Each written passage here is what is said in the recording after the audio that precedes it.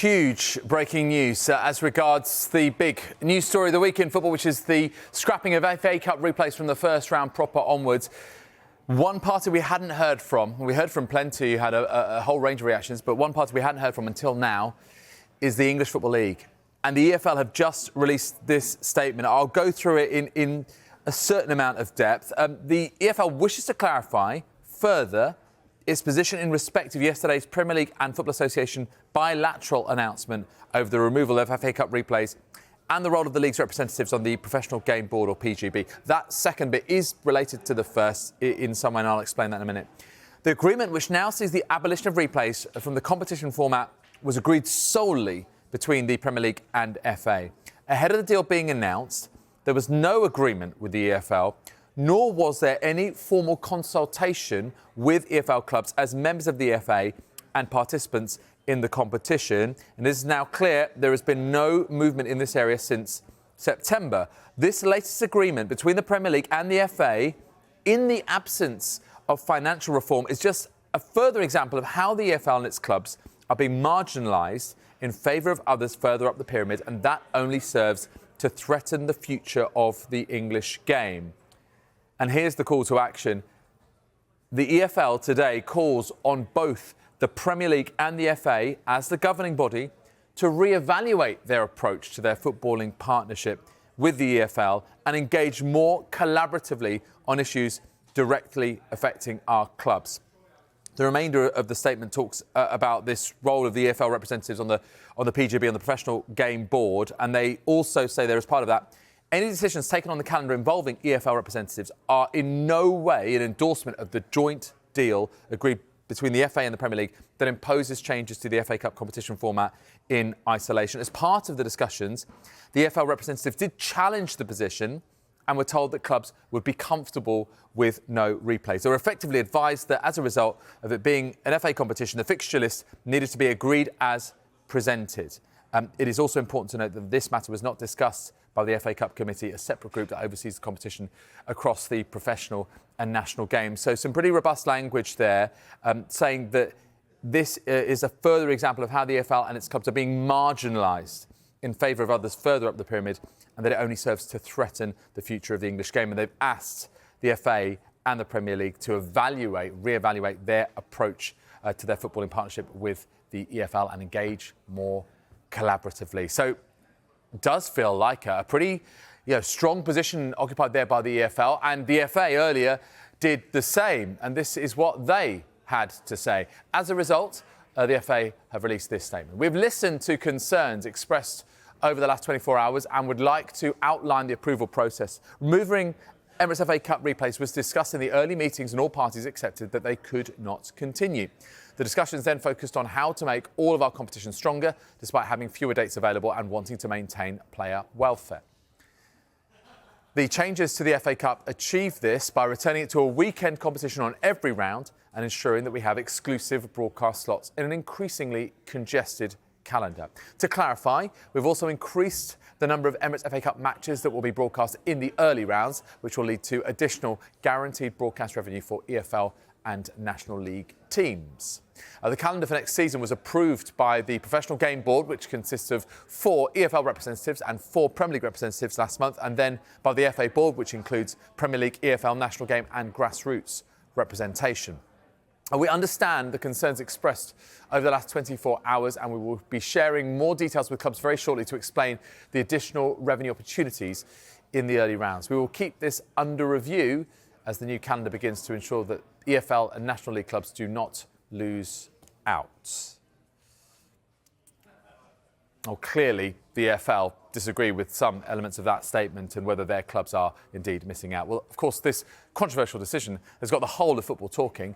Mikel Arteta has won the FA Cup as captain and manager of Arsenal, and he says the football calendar does have to be reduced somehow. Well, it's not. We cannot only look at that in an isolated way, but with the calendar year that we have in the next few seasons, obviously we have to take game out from the players. So I think it's a very good possibility. I understand every point of view. At the end, mine is to protect our players. And when I looked at the amount of minutes and games that they played in the last 2 seasons with no breaks, they're going to have to play in the next 2 days, 2 years, sorry, that's not healthy for sure. So somewhere, and I'm not saying it has to be that, but somewhere, somehow, we have to reduce the calendar. Meanwhile, the Manchester United manager Erik ten Hag says the decision to scrap replays is very sad for British football culture. However, he also echoed Arteta's views, saying it's inevitable because of the busy schedule. It's very sad for the British football culture, but I think also it's inevitable. And no one can do anything for it. And it's due to the overload in the schedule. And that's dictated by FIFA and UEFA, and also, English. England is part of UEFA, but and we are a big competition, and we have a big influence and big impact in, I think, in FIFA and UEFA. But there are so many other countries, and they making the football schedule, and you see there is so much overload on the players. We talk this issue so often, and anywhere it has to stop. And as I said, I feel really sorry, really sad for the clubs in England football. But for top players, this is a measure of what can make some space in the shadow. Well, it is a huge talking point in the world of football right now on these shores. We're going to be hearing from a whole host of managers, of course, with all the news conferences we've got today. We'll bring you their views on this talking point. But particularly interesting, I suppose, to consider the viewpoint of Rob Edwards. Of course, currently with Luton Town, trying to keep them up, and they've got Brentford this weekend in the Premier League. But also remember, in terms of his pathway to that job, he was with Forest Green Rovers not too long ago and then went to Watford. Forest Green will be playing in non-league next season. Here is the current Luton boss, Rob Edwards. Before we focus on your own team, as a manager who's worked his way up through the football pyramid, just wanted to get your take on the scrapping of FA Cup replays right from the first round onwards.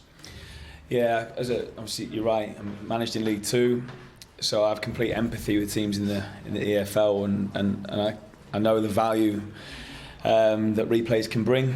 You know, we played Bolton, we had a replay earlier this season as well, and I know Bolton are a bigger club on their way back under Evo, but I know it was valuable to them, you know, the replay as well. So I have complete empathy and can understand, you know, clubs' frustrations.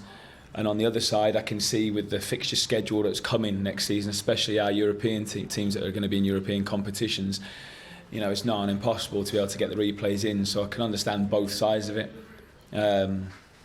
So yeah, tough one for the EFL clubs at the moment, but you know, I didn't make that decision, unfortunately.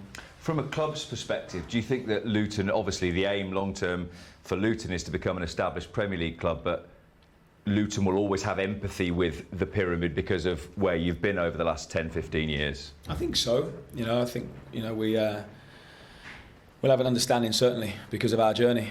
And I think hopefully that's what I've tried to get across there in that, you know, my answer. The football schedule is too full. I think there's too many games. I think something has to give in football somewhere, or you're going to find that it's going to be very difficult. I'm not saying that this was the thing that had to give, but somewhere along the line I think something will have to loosen up a little bit to give the players a little bit more room. I think it's the right decision to make. And we can just see, I love the FA Cup. I love every tradition about it. And I understand that some are against it, and are really because they want to protect the traditions, which I understand. And I think it's important that we, in football, in English football also, you know, really aware of the traditions, because there's something really precious in that. But unfortunately, the football and everything are developing, and the amount of games and the schedule and the intensity in the game makes it difficult to add more games in, I think. But for me, the FA Cup will still be the biggest cup tournament in the world and the most historical one. And that will not change because we don't have the FA Cup replays. To keep thinking you could forget about the guys right at the very bottom and just not worry about them, not concern yourself about them, is really naive and short term, I think, and also not fair. So it goes with the TV money, goes with the FA Cup, goes with competitions, goes with player development, all that stuff. You have to be really, really careful if you just want to then focus on preserving and protecting yourself and your money at the very top of that chain, because things can change very, very quickly in football.